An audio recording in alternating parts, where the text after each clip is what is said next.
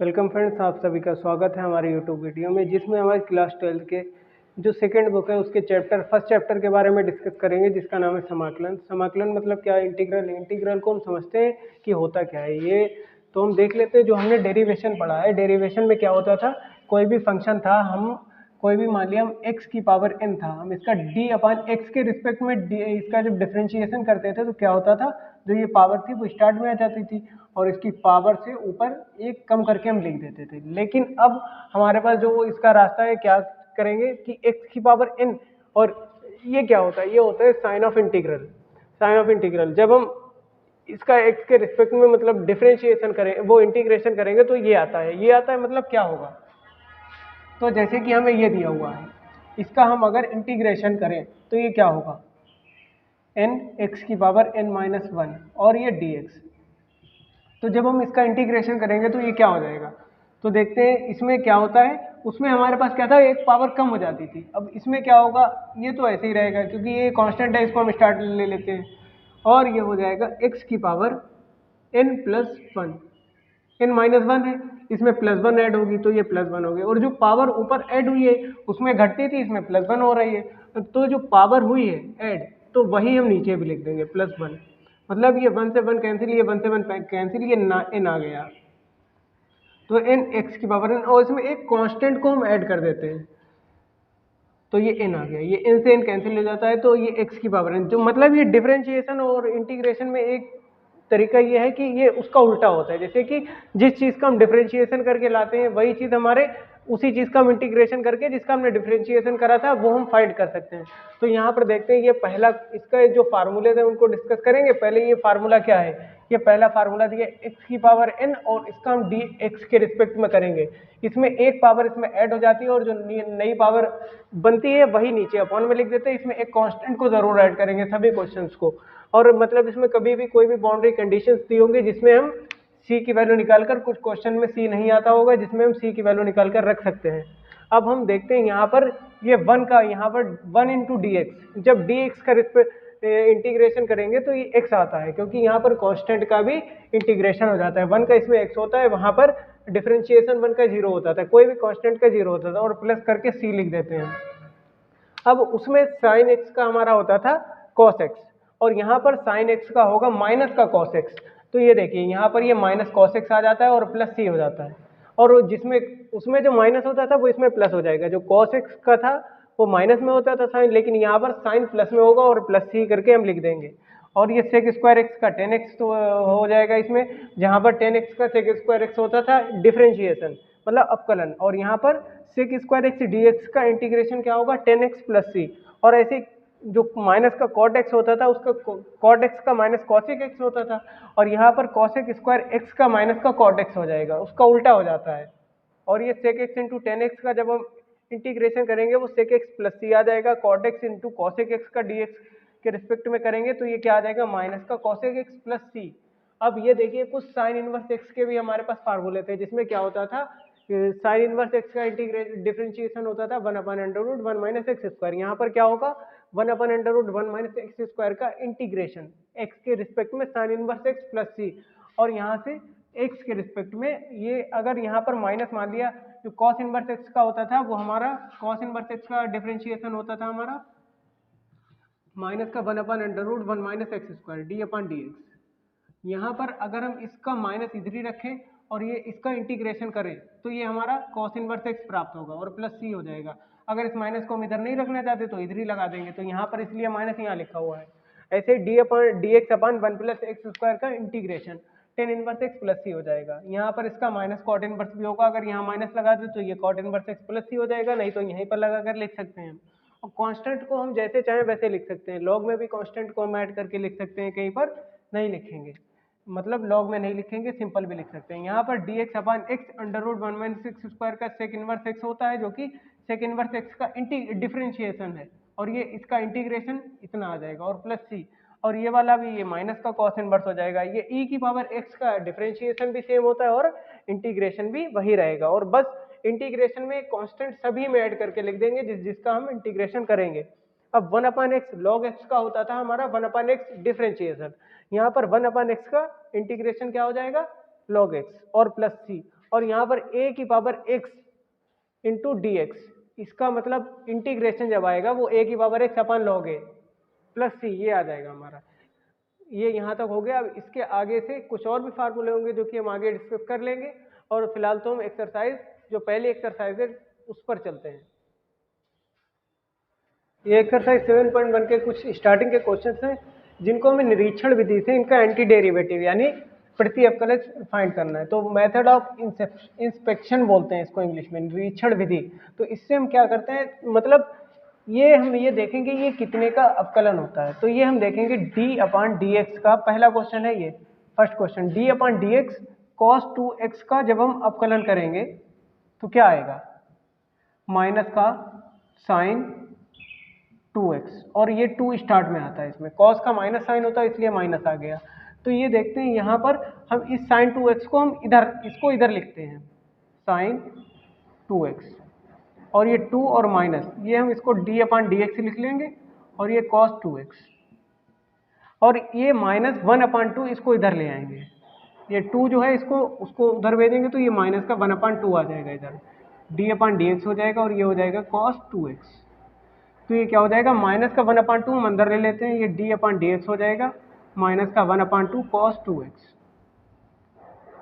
तो ये हमने क्या देखा, ये साइन 2x का ये जो एंटी डेरिवेटिव या प्रति अवकलन जो है वो क्या है, माइनस का 1 अपान 2 cos 2x। तो इसको हम लिख देंगे नेक्स्ट लाइन में साइन 2x का प्रति अवकलन माइनस का 1 अपान 2 cos 2x है, मतलब एंटी डेरिवेटिव। इसको हम निरीक्षण विधि बोलते हैं, मतलब ये देखते हैं ये किसका अवकलन है, और उसको हम लिखते हैं, उस फॉर्म में लिखेंगे, और इससे जो है जिस चीज़ को हमें निकालना होता है वो साइन 2x को निकालना था, इसका प्रति अवकलन, तो ये आ गया हमारा यहाँ पर। अब ऐसे ही cos 3x का लिखेंगे, इसको हम क्या लिखेंगे, d upon d x sine 3x, sine 3x का ये होता है, तो ये आंसर आ जाएगा इसका। आगे चलकर इसको हम छोड़ देते हैं, ये वाला हम देखते हैं e की पावर 2x, क्योंकि e की पावर 2x। अब हम ये देखते हैं तीसरा क्वेश्चन है ये वाला, इसमें हमने क्या देखा था, cos 2x, और e की पावर x का तो e की पावर x ही होता है, तो d upon d x e की पावर 2x, तो ये 2 e की पावर 2x होता है। तो अब हम देखेंगे इस वाले e की पावर 2x को इधर रखते हैं, तो ये क्या आ जाएगा, 1 अपान 2 e की पावर 2x, और d अपान डी एक्स यहीं पर अभी लिख देते हैं, ये 1 अपान 2 अंदर लिए जाएंगे, तो ये e की पावर 2x अपान 2, और ये d अपान डी एक्स। तो इसका प्रति अवकलन क्या हो गया, ये वाला e की पावर 2x अपान 2, मतलब ये हम एंटी डेरिवेटिव निकाल कर दिखा रहे हैं, ऐसे ही इसका हो जाएगा। तो चौथा क्वेश्चन ये है, चौथे क्वेश्चन का है ax प्लस बी, तो ax प्लस बी का होल स्क्वायर है, तो इसको हम क्या देखेंगे, ये कितने का अवकलन है। तो अवकलन का मतलब ये अगर हम ax प्लस बी की पावर हम 3 कर दें, ax प्लस बी की पावर 3, तो ये क्या होगा, d अपान डी एक्स, ये 3ax प्लस बी हो जाएगा, क्योंकि उससे एक बड़ी पावर होती है ये 2, 3ax प्लस बी की पावर 2, ax प्लस बी की पावर 2 का निकालना है, इसको हम इसके अपॉन में ले आएंगे, तो ये क्या हो जाएगा, ax प्लस बी की पावर 2 बराबर में 1 अपॉन 3 ax प्लस बी की पावर 3, और ये d अपान डी एक्स हो गया इसका, ये इसका आंसर हो गया। तो ये क्वेश्चन यहाँ तक तो सॉल्व हो गए। ये वाला भी ऐसे ही लगेगा क्योंकि साइन 2x का हम निकाल चुके हैं, इतना होता है, और ये a की पावर 3x का भी निकाल लेंगे, इस तरीके से इसका भी आंसर आ जाएगा। तो हम जो इसके जो समाकलन विधि से जो हमारा नेक्स्ट मेथड है जिससे हम सॉल्व करेंगे, आगे क्वेश्चन सॉल्व करना स्टार्ट करते हैं। चलिए अब हम इसको इरेज कर देते हैं। क्वेश्चन नंबर 6 और 7 में हमें दिया हुआ है कि ये 4e की पावर 3x प्लस 1 का समाकलन करना है, और यहाँ पर एक्स स्क्वायर 1 माइनस 1 अपान एक्स स्क्वायर इसका इंटीग्रेशन करना है। तो देखते हैं, पहले इस वाले को हम सॉल्व करना स्टार्ट करते हैं। तो ये क्या हो जाएगा, इस वाले से हम यहाँ से स्टार्ट करते हैं। चलिए सॉल्यूशन हल, तो ये हो जाएगा 4e की पावर 3x और प्लस 1, और ये dx है। तो इसके इक्वल में हम लिखते हैं। तो इसमें हम सबसे पहले 4 को बाहर ले लेंगे, e की पावर 3x के साथ में इंटीग्रेशन साइन ले लेते हैं, ये dx ले लेंगे, ये dx ले लेंगे। यहाँ पर 1 इंटू dx है, या dx लिख दो, कोई दिक्कत नहीं है। तो यहाँ से क्या हो जाएगा 4। अब हमने क्या बताया, इंटीग्रेशन में जो भी x के मल्टीप्लाई में लिखा होता है वो अपॉन में आ जाता है, तो e की पावर 3x अपॉन 3 हो जाएगा, और ये प्लस ये 1 का x होता है, और प्लस में c एक कांस्टेंट हम ऐड कर देंगे। तो ये आंसर क्या हो जाएगा 4 अपान 3 ई की पावर 3x और प्लस x और प्लस c, ये इसका आंसर हो गया। अब हम इस वाले क्वेश्चन को देखते हैं, इस वाले का क्या होगा। यहीं से हम स्टार्ट कर देते हैं। तो इसमें क्या होगा, पहले एक्स स्क्वायर के अंदर मल्टीप्लाई करेंगे, तो ये एक्स स्क्वायर हो गया और माइनस का एक्स स्क्वायर इंटू 1/x², और ये dx, ये एक्स स्क्वायर कैंसिल आउट हो गया, तो ये वाला क्या हो जाएगा, एक्स स्क्वायर dx माइनस का 1 इंटू डी। तो ये देखेंगे हम यहाँ पर एक्स स्क्वायर का होता है x³/3, क्योंकि पावर 1 ऐड होती है, अपॉन में पावर वही आ जाती है जो अब बनी है, और माइनस इसका x हो जाएगा और प्लस में इसके एक c ऐड हो जाता है। तो ये वाला इस क्वेश्चन का आंसर हो गया। अब इसमें हम आगे क्वेश्चन सॉल्व करते हैं। ये क्वेश्चन नंबर 8, 9 और 10 हमने नोट कर लिए। अब हम इनको सॉल्व करेंगे। तो ये 8 वाले में क्या दे रखा है, इसको हम सॉल्व करते हैं यहीं से। तो ये ए एक्स स्क्वायर है सबसे पहले, तो a x square d x plus b x d x, ये अगर कांस्टेंट है इसको बाहर ही रखे तो भी कोई दिक्कत नहीं है। सी डी एक्स, ये अगर ये कांस्टेंट है इसको हम बाहर ही रखे तो भी कोई बात नहीं है। तो ये ए और x³ हो जाएगा वो अपॉन में 3, और प्लस बी एक्स स्क्वायर हो जाएगा वो अपॉन में 2 आ जाएगा, और प्लस सी एक्स। और अब हमें कोई एक कांस्टेंट ऐड करना है, चाहे हम इसमें c1 ऐड कर दें, चाहे हम इसमें d ऐड कर सकते हैं, कुछ भी हम ऐड कर सकते हैं। तो ये इसका आंसर यही हो जाएगा। तो इसको हम ऐसे भी लिख सकते हैं या तो हम इसको ऐसे भी लिख सकते हैं।